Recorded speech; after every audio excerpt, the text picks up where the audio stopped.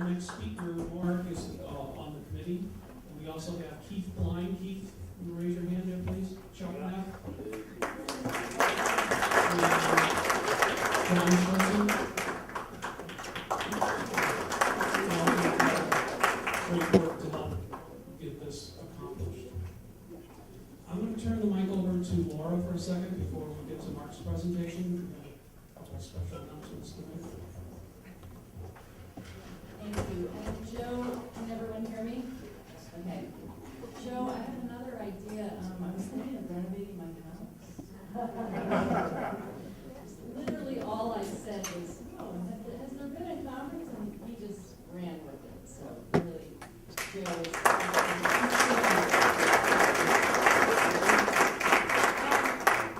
So I have a few important announcements. They're brief, but they're very important. The first one is for all of the presenters, 1988 called and they would like their egos back.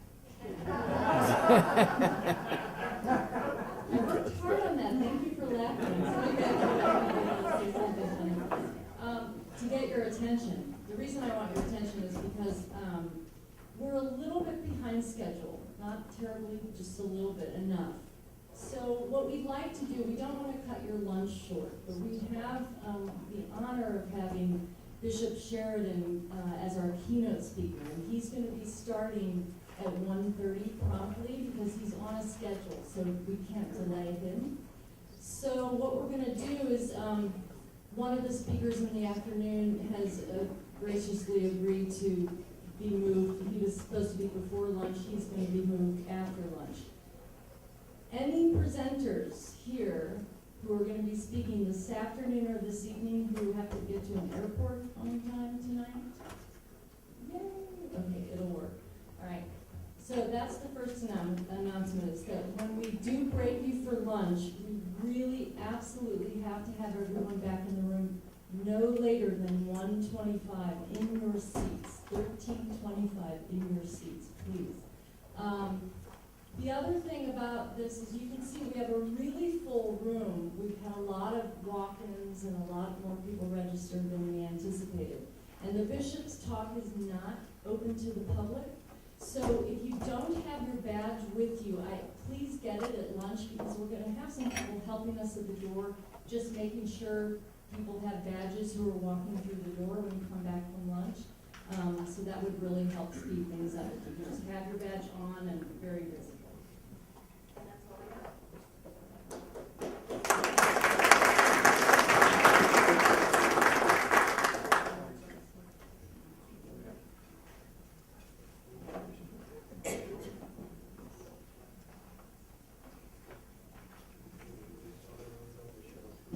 We just switched the batteries last night, too. Thank you, Lauren.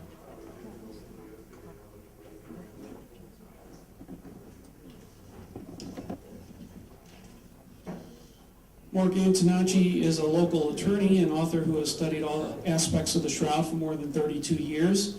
He's the author of Resurrection of the Shroud, published by Mark Evans back in 2000. He gave the keynote address at the international conference held in Frascati, Italy, in conjunction with the Shroud's last exhibition in 2010. Mark advocates adapting a new series of sophisticated, minimally invasive scientific tests to the Shroud that will be performed at the molecular and subatomic level. He believes these proposed tests could prove not only whether this or a similar miraculous event happened, but also when and where it occurred. He believes this technology could also test all other explanations for the Shroud's images, radiocarbon dating, age, authenticity, and whether it's a forgery. Mark Antonacci.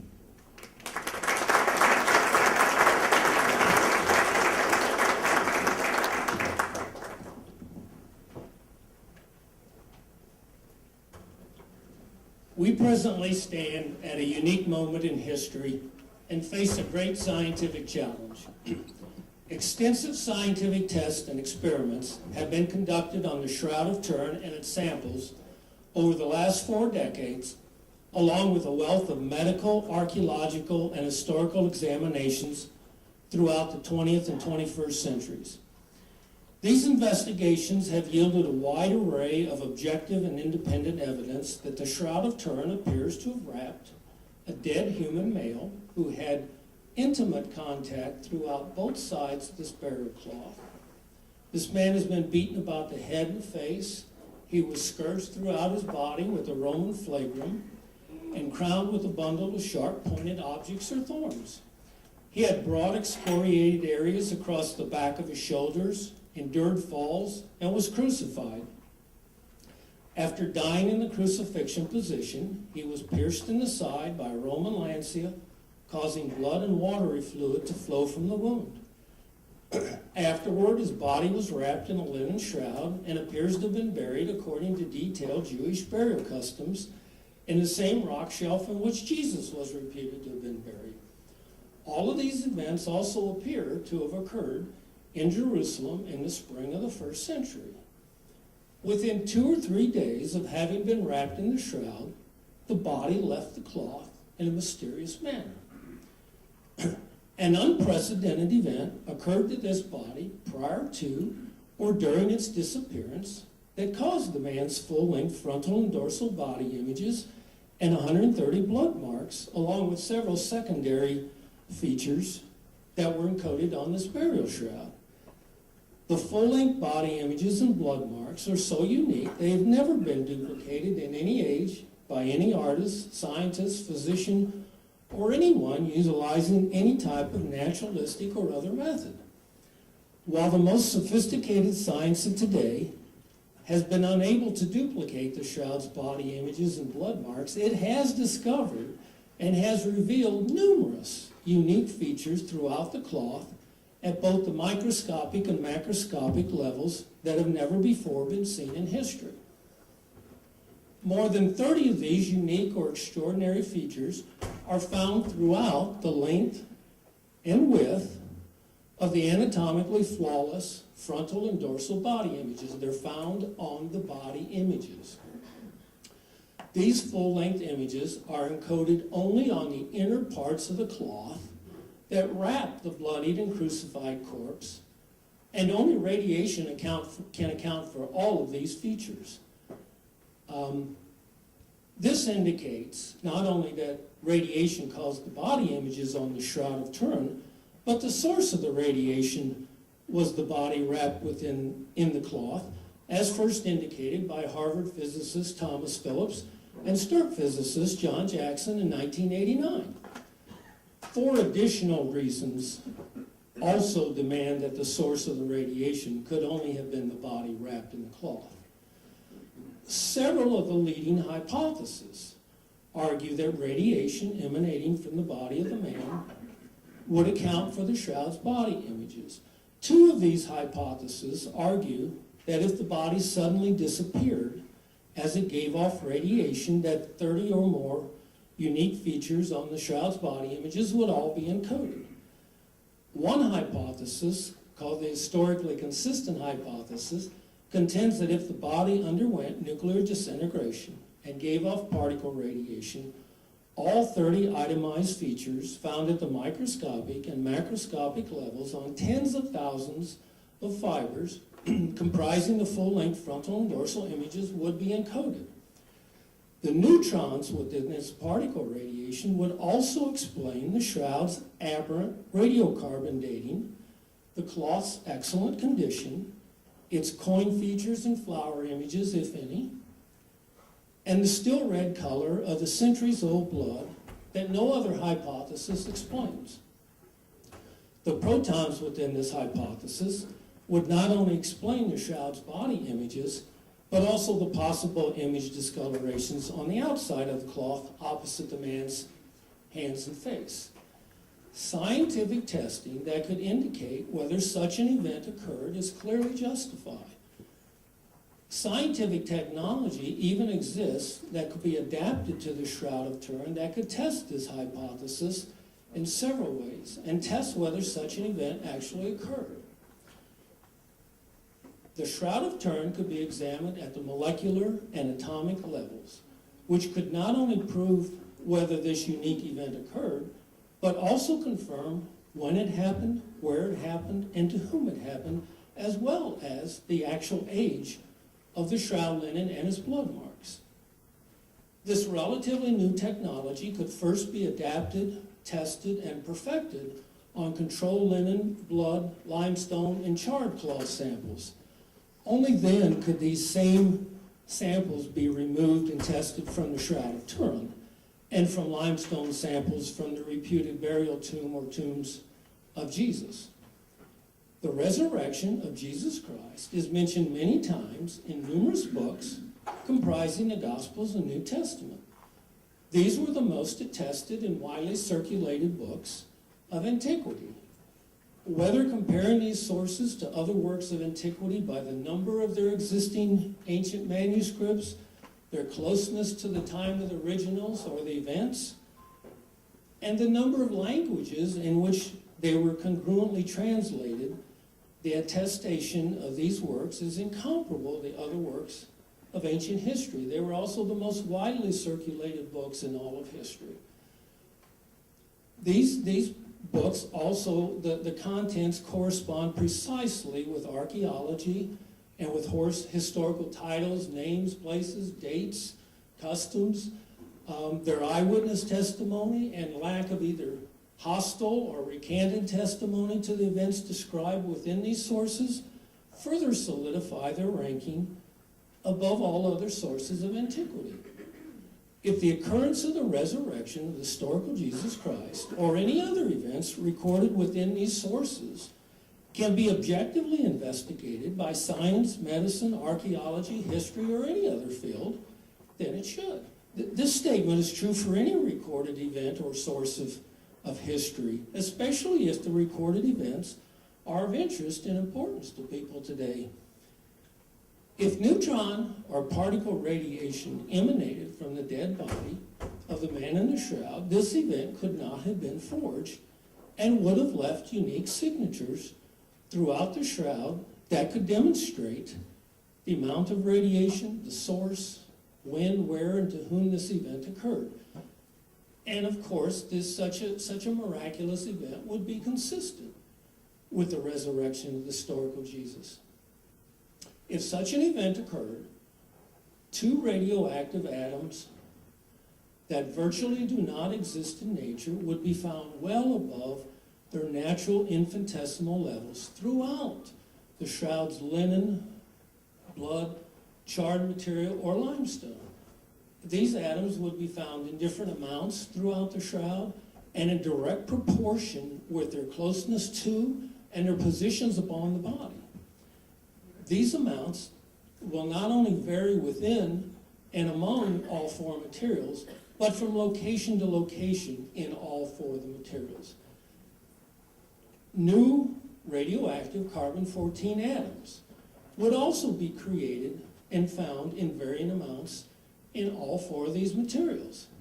They would also be found in direct proportion with their closeness to and their positions upon the body. Tests and experiments sponsored by the Resurrection of the Shroud Foundation have demonstrated that these new carbon-14 isotopes would survive all stringent pretreatment cleanings, heat, or other conditions that have occurred to the shroud or its samples during its history and would still remain on the shroud today. The variety, amounts, and proportions of all three radioactive isotopes located throughout the shroud can be shown to have been caused by neutron or particle radiation that emanated from the length, width, and depth of the dead body wrapped in the shroud. The entire shroud and its various samples could also be examined at the microscopic and molecular levels. Molecular microscopy and imaging spectroscopy with multispectral camera could be adapted and utilized for the most comprehensive investigation of the shroud to date. Multispectral imaging could conceivably scan the entire shroud in a matter of hours, thereby allowing scientists to spend years analyzing all of its data. It could map the entire cloth and its samples and potentially identify not just every fiber on every thread, but what is on every fiber. If a carry or adjuvant microscope could be attached to an arm or placed in a stationary or stable manner over the length and width of the entire shroud, it could examine the full linen, its fibers, blood marks, limestone, pollen, and any of its other materials at the molecular level. These technologies could also possibly identify individual chemical compounds on the shroud. If these technologies were applied to both the inner and outer sides of the shroud and to strategic samples removed from the cloth, they could answer many or all of the shroud's outstanding questions. In many ways, too numerous to describe here, but these technologies could affirm or refute many of the shroud's many other naturalistic, artistic, or other image-forming hypotheses, such as other forms of radiation, coronal or electrical discharge, and many others. These technologies could also test whether neutron radiation or some other explanation, such as an invisible repair or reweave, occurred to the shroud to explain its medieval carbon dating. As many of you know, scientists at the University of Padua dated samples from various locations on the shroud to 33 BC, plus or minus 250 years. These scientists utilized three methods that were different from C14 testing. When their results were announced in 2013, the provenance of their samples was questioned. Those who subscribed to the invisible reweave hypothesis also challenged whether the radiocarbon labs exclusively tested shroud linen samples in 1988. The tests that I just described could non-destructively verify the provenance of the shroud samples used by the scientists at the University of Padua, and those samples remaining with the radiocarbon laboratories that they used in 1988. Please understand that atomic and molecular testing needs to be adapted and modified to apply to the shroud and its samples.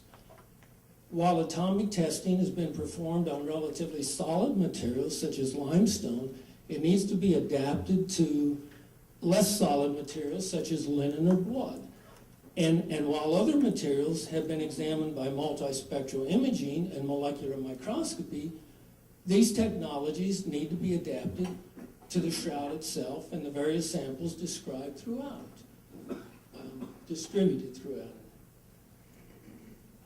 Only after all of these technologies are proven to repeatedly work to perfection when they're applied to control samples should they ever be utilized on the shroud or its samples. The name of my presentation is Scientist and Semantics. Semantics is not just the branch of linguistics concerned with the structure and development and changes of the meanings of speech or their meanings in context. It can also include conscious or unconscious, negligent or deliberate twisting or distortion or inapplication of meaning. I think semantics are often engaged in when phrases and concepts are used that have no application in certain contexts. I can't tell you how many scientists I've come across over 3 decades that have utilized semantics or such phrases that really have no application to investigating whether particle or other radiation emanated from the body of the man in the shroud. Among the favorites are no plausible physical mechanism has been proposed to explain how the resurrection was accompanied by a significant neutron flux. That's Dr. Hedges. Particle or other radiation cannot emanate from a body, let alone a dead body. Unless we can reproduce an event in the laboratory, we can't argue for its occurrence. Miracles or the resurrection are beyond the realm of science. Well, a common response to all of these arguments is that we're not trying to duplicate the resurrection. We're investigating whether it occurred in this one particular instance. The resurrection of the historical Jesus Christ is not a recurring event. But neither is any other event in history. There will only be one Battle of Hastings or one Battle of Gettysburg. There will only be one assassination of Abraham Lincoln or Julius Caesar. And certainly other battles and assassinations have occurred since, but neither of these will have the identical impact or influence upon history and future generations as the ones I mentioned. If you try to recreate any of the original events in a laboratory, or on the actual fields of battle, or in the original Roman Senate, it would be impossible for many reasons. Yet this doesn't prevent us from acquiring relevant evidence by scientific analysis of important historical matters. While such evidence may not necessarily provide absolute proof, it could shed light on or even be dispositive on a number of questions. For example, attempts have been made to gather evidence on the question of whether Yasser Arafat was poisoned. President Kennedy, they used scientific evidence to examine which bullets struck which victims within his car and at what angles or directions they were traveling. Scientific analysis is conducted every day about past events that relate to the public welfare or matters of important interest.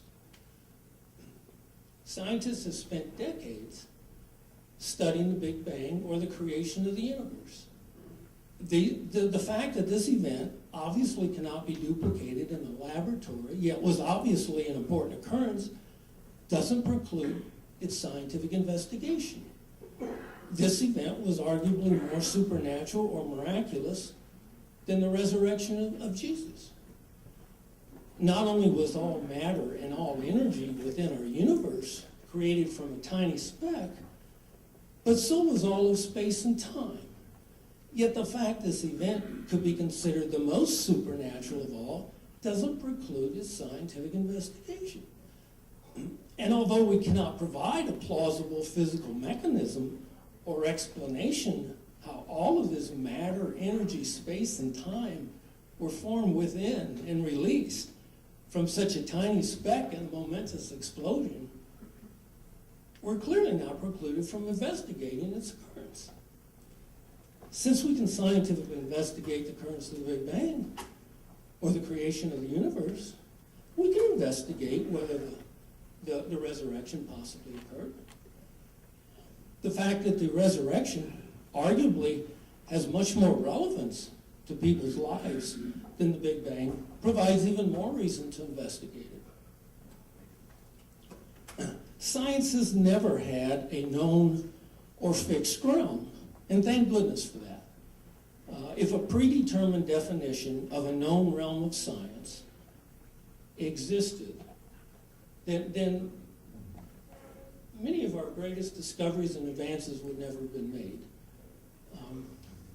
The objective findings and evidence acquired from an investigation have always determined the worthiness of the scientific inquiry. The key question is not whether a particular matter is within the realm of science, it's whether it's within our realm of investigation. That's the issue. Instead of a fixed or static realm, the realm of scientific inquiry, knowledge, and even its boundaries has expanded in all areas of modern science throughout the relatively few centuries it has existed in the course of human history. Yet the more we inquire and learn, the more we realize how very little we actually know. We know very little, if anything, about 95% of our universe, which scientists say consists of invisible dark energy and dark matter. We also know very little about the 5% of visible matter in our universe, most of which is well beyond our reach or inspection. We don't even know how many dimensions there are or when they operate. We're aware of 3 known dimensions and how they operate, but we don't understand everything about the 4th dimension of time. It could easily have more attributes than we currently understand. We don't understand why the laws of quantum mechanics are so different from the principles that govern larger tangible objects. Before discussing further the inappropriateness of placing limitations on scientifically researching the possible resurrection of the historical Jesus Christ, well, a very obvious general observation should be made. Since science indicates that 95% of the universe is comprised of invisible dark energy and dark matter, contains quantum strangeness and hidden dimensions, and that all of matter, energy, space, and time in the universe were formed within and then released from a tiny speck in a momentous explosion, well then why would it have been impossible for the resurrection of the historical Jesus Christ to have occurred? Unless scientists can absolutely prove that neither God nor a godly power exists, they can't arbitrarily or absolutely rule out an event that is attributed to this power in numerous historical sources and has a lot of evidence to indicate it may have occurred. When the Shroud's controversial 1988 radiocarbon dating was published in the scientific journal Nature, a letter from Thomas Phillips of the High Energy Physics Laboratory at Harvard University was also published in the same issue. In this letter, Dr. Phillips noted that the body images on the shroud have not been duplicated and have qualities indicating that the body radiated light and or heat. Phillips asserted that the body may have radiated neutrons, which would have increased the carbon-14 content within the linen shroud, thereby making it appear much younger than its actual age. Well, Dr. Robert Hedges of Oxford University Radiocarbon Laboratory, of course, who participated in the Shroud's carbon dating, he replied on the same page to Dr. Phillips, and his remarks are interesting. He pointed out that a much lower dose of neutron radiation, 1,000 times less than what Phillips proposed, would have been sufficient to create the number of carbon-14 isotopes within the shroud to account for its medieval carbon dating. Hedges even admitted in his reply that the processes suggested by Phillips were considered by the participating radiocarbon laboratories. Hedges had also acknowledged after the radiocarbon dates were announced in 1988 that a sufficient level of neutrons from radiation on the shroud would invalidate the radiocarbon dating that we obtained. Despite these considerations and admissions, Hedges then just dismisses the possibility that such an event could have occurred and influenced the shroud's radiocarbon dating. And the first reason that he asserted was no plausible physical mechanism has been proposed to explain how the resurrection was accompanied by significant neutron flux. That's not the point. The point is, if the shroud was irradiated with the neutron flux, it would have invalidated the dating. And that's what their job was to do, was to date the cloth. Now, I agree the resurrection would be the most likely explanation, but to put restrictions on it and try to say you have to have the physical mechanism is just an artificial catch-22 that somebody's putting on there. Neutrons, of course, weren't invented until, or weren't discovered until 1932, and if the resurrection accompanied a neutron flux, it didn't happen in the 20th century, and humans didn't do it. No human could possibly know the physical mechanism of it. Neither Copernicus, Galileo, nor any of the generations of scientists after them had to first provide a plausible physical mechanism for the creation of the universe before they studied many of its features and its component parts. Likewise, scientists can study whether certain events or occurrences took place or whether various kinds of matter or energy exist with or without known or plausible physical mechanisms for their occurrence or existence. In fact, scientists can often provide much better explanations for such questions after they confirm the existence or occurrence of such an event or matter or energy or their various attributes. Dr. Hedges' erroneous views or misplaced applications have been repeated by other scientists and have served as a real deterrence for scientific research. I personally know of a scientist who like Dr. Hedges, is unfamiliar with a vast amount of scientific and medical evidence relating to the authenticity of the shroud. And this scientist was also one of the relatively few who's qualified to help to conduct some of the proposed scientific testing referred to early in the paper. The specific reason he gave for declining to participate was the same erroneous reason he got from Hedges. Of course, we're not trying to preclude any further testing of artistic or naturalistic methods or anything else.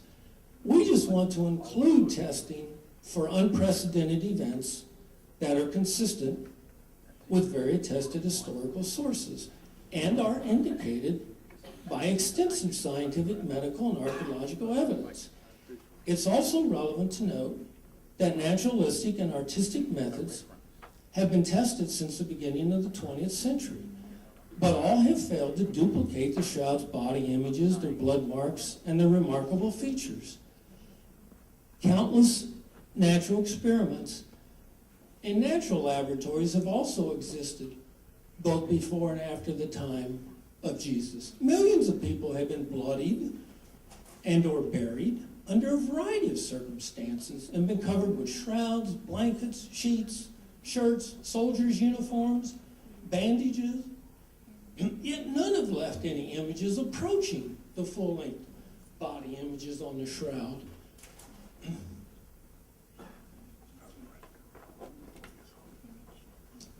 This is an excellent place in this presentation to note that the only absolute condition in life is that every single one of us is going to die. This is the most universal condition for all of humanity, and of course is a fundamental problem facing all of us. The most attested sources in all of ancient history, which may be corroborated by extensive scientific and medical evidence, clearly states that the historical Jesus resurrected from the dead. This event occurred after Jesus predicted his resurrection on several occasions before his death. Jesus is also recorded in the same sources to have said on numerous occasions that if, among other things, you believe in his resurrection, that you too could have life after death. Thousands of people are literally testing this promise or hypothesis, if you will, every single day with their natural deaths. And every single one of us will eventually face the same hypothesis, if you will. We're all going to die. Well, if possible, why not scientifically test any part of this promise or hypothesis while we're still alive on Earth? If scientific evidence could be obtained that related to the authenticity of Jesus' burial cloth and his physical resurrection, it would be relevant to not only every person alive, but every person who will ever live and thus die. If God and Jesus Christ left extensive evidence of Jesus' physical suffering, crucifixion, death, and burial and resurrection in history, then corroborating scientific and medical evidence of the same events could also have been left on his burial cloth. Since an extensive and surprising amount of scientific and medical evidence has already been acquired from earlier, almost accidental discoveries and limited inquiries of the unprecedented full-length body images on the shroud, then we should obviously continue to investigate and acquire all additional evidence that may be available for the occurrence of all these events.